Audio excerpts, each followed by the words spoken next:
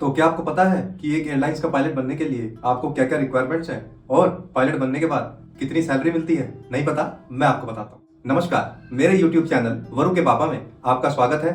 मैं हिमांशु सैनी एविएशन को लेकर वीडियो बनाता हूँ। मैं 12 साल से एविएशन में काम कर रहा हूँ। मेरी क्वालिफिकेशन एयरक्राफ्ट मेंटेनेंस इंजीनियरिंग है प्लस ग्रेजुएशन। तो आज हम बात करने वाले हैं पायलट की पूरी जर्नी के बारे में, स्टार्टिंग पॉइंट से और एंड तक। तो इस जर्नी में जो भी बेसिक रिक्वायरमेंट्स हैं एक एयरलाइंस पायलट बनने के लिए, वो सब मैं आपको आज बताऊंगा। और एयरलाइंस पायलट बनने के बाद आपको क्या क्या फैसिलिटीज मिलती हैं वो सब भी मैं आपको बताऊंगा। तो सबसे पहले हम बात करते हैं एक पायलट बनने के लिए बेसिक एजुकेशन की, जो कि स्टेप नंबर 1 है। उसके लिए आपको 12th में PCM यानी कि फिजिक्स केमिस्ट्री मैथ का होना बहुत ज़रूरी है और मिनिमम 50% मार्क्स रिक्वायर्ड हैं अगर आप एक पायलट बनना चाहते हैं। तो स्टेप सेकंड में क्या आता है, आपको इंग्लिश लैंग्वेज में फ्लुएंट होना पड़ेगा।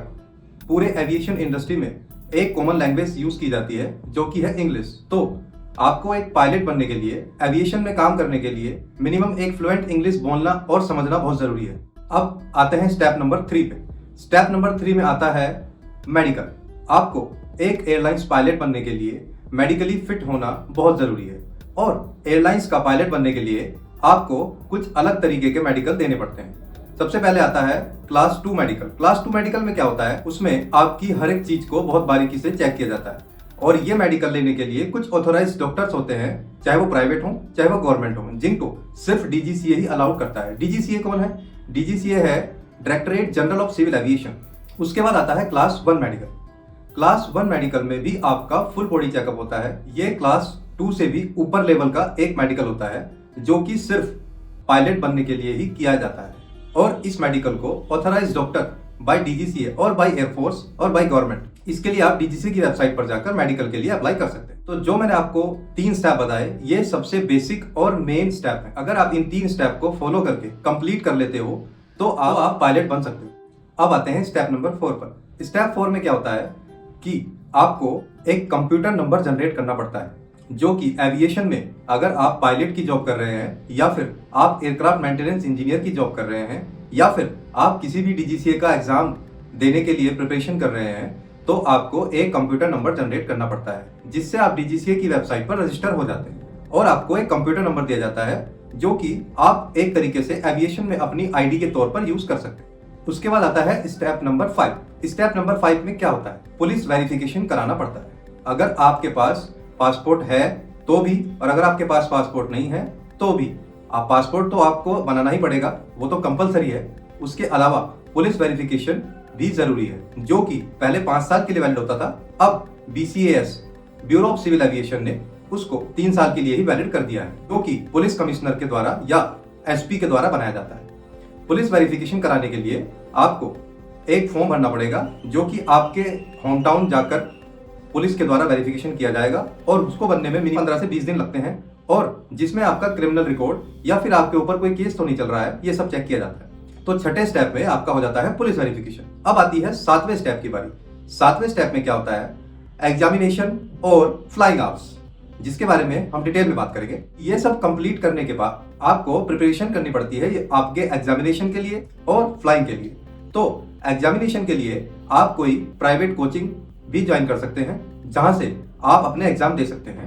एग्जाम देने के बाद आप किसी फ्लाइंग इंस्टीट्यूट में फ्लाइंग आवर्स कंप्लीट कर सकते हैं। ये 2 स्टेप में होता है और अगर आप चाहें तो किसी भी फ्लाइंग इंस्टीट्यूट में दोनों को एक साथ भी कर सकते हैं, यानी कि एग्जाम के साथ साथ आप फ्लाइंग आवर्स भी कंप्लीट कर सकते हैं, क्योंकि फ्लाइंग आवर्स का भी एक वैलिडिटी होता है और एग्जामिनेशन का भी एक वैलिडिटी होता है। पायलट बनने के लिए एग्जामिनेशन में कौन कौन से रिक्वायरमेंट है वो मैं आपको बता देता हूँ। सबसे पहले आता है मेट्रोलॉजी, जिसमें आपको वेदर के बारे में पढ़ाया जाता है। उसके बाद आता है नेविगेशन, जिसमें आपको एयर में कौन सा रूट लेना है, उसमें आपको नेविगेशन के बारे में बताया जाता है। थर्ड आता है रेगुलेशन। रेगुलेशन में क्या होता है, आपको रूल एंड रेगुलेशन बताए जाते हैं। जैसे रोड पर चलने के लिए कुछ ट्रैफिक रूल्स होते हैं, ऐसे ही एयर में चलने के लिए भी कुछ एयर रूल रेगुलेशंस होते हैं, वो आपका थर्ड सब्जेक्ट है। फोर्थ आपका है एयरक्राफ्ट स्पेसिफिक, यानी कि आप कौन से पर्टिकुलर एयरक्राफ्ट पर अपने फ्लाइंग आवर्स या फिर आप कौन से पर्टिकुलर एयरक्राफ्ट के लिए एग्जामिनेशन दे रहे हैं। उसके बाद आता है टेक्नोलॉजी, जिसमें आपको इंजन कैसे रन करना है, फ्यूल कैसे भरा जाता है, इंजन के बारे में, टेक्नोलॉजी के बारे में बताया जाता है। ये सब एग्जामिनेशन कंप्लीट करने के बाद आपको अपने फ्लाइंग आवर्स कंप्लीट करने होते हैं, जो आप किसी भी फ्लाइंग इंस्टीट्यूट से कर सकते हो। जो मिनिमम रिक्वायरमेंट 200 घंटे की है। मतलब आपको एक पायलट बनने के लिए मिनिमम 200 घंटे फ्लाइंग आवर्स कंप्लीट करने पड़ेंगे किसी भी ऑथोराइज्ड फ्लाइंग इंस्टीट्यूट से।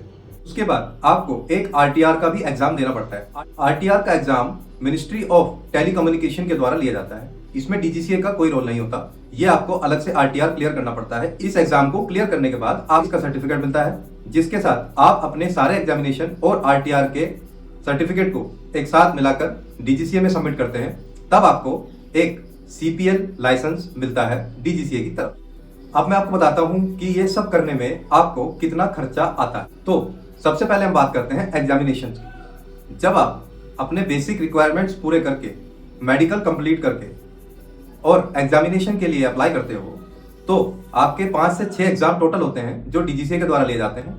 उनका टोटल खर्चा आपका इंस्टीट्यूट और सब मिलाकर 20 से 25 लाख के समथिंग आता है। उसके बाद आपको फ्लाइंग आवर्स कंप्लीट करने होते हैं, जो कि आपके ट्रेनिंग पीरियड में ही आते हैं। आप एग्जामिनेशन और फ्लाइंग आवर्स एक साथ भी कर सकते हो, जिसमें आपका 20 से 25 लाख का खर्चा आता है।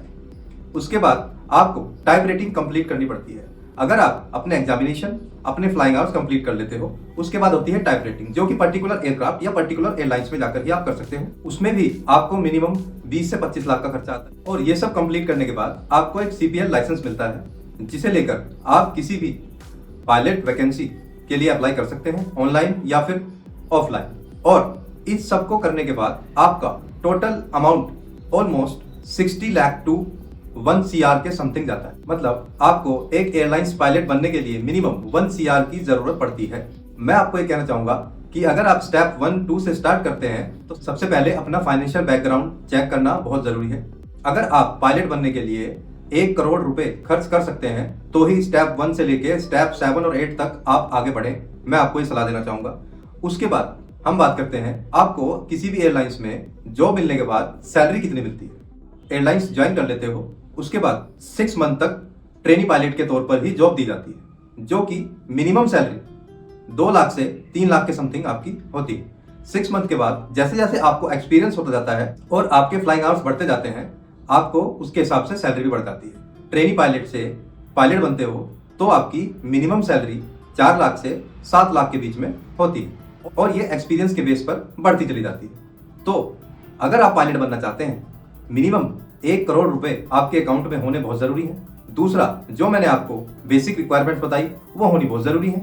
हाँ, उसके बाद आपको सैलरी कितनी मिलती है वो मैं आपको बता चुका हूँ। तो क्या आप तैयार हैं एक पायलट बनने के लिए? तो ऐसे ही एविएशन फैक्ट और एविएशन नॉलेज जानने के लिए आपको करना पड़ेगा मेरा चैनल सब्सक्राइब। और मिलते हैं अगली वीडियो में, तब तक के लिए जय हिंद, जय भारत।